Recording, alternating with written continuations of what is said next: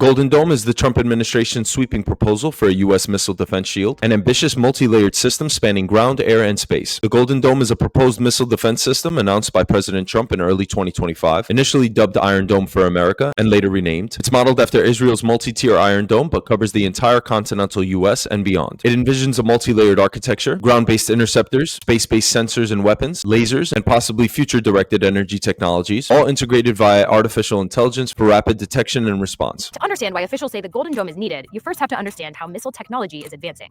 We'll start with the Standard Intercontinental Ballistic Missile, or ICBM, which travels in a high arc.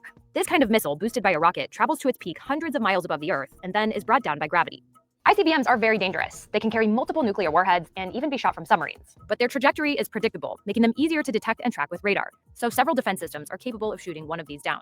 Now, there's a newer and more dangerous intercontinental missile called the Fractional Orbital Bombardment System, or FOBS. These can fly much lower. This kind of weapon is launched into a partial or fractional orbit. Since it doesn't travel in a high arc, the weapon can fly under the radar for much of its flight. It's capable of reaching its target much faster, and crucially, it can approach from unexpected angles, meaning defenses don't know when or where it's coming down. Another newer threat is the boosted hypersonic glide weapon, which is an intercontinental missile that can maneuver and evade defenses. These missiles are launched into space and ultimately travel at extremely fast speeds, greater than Mach 5.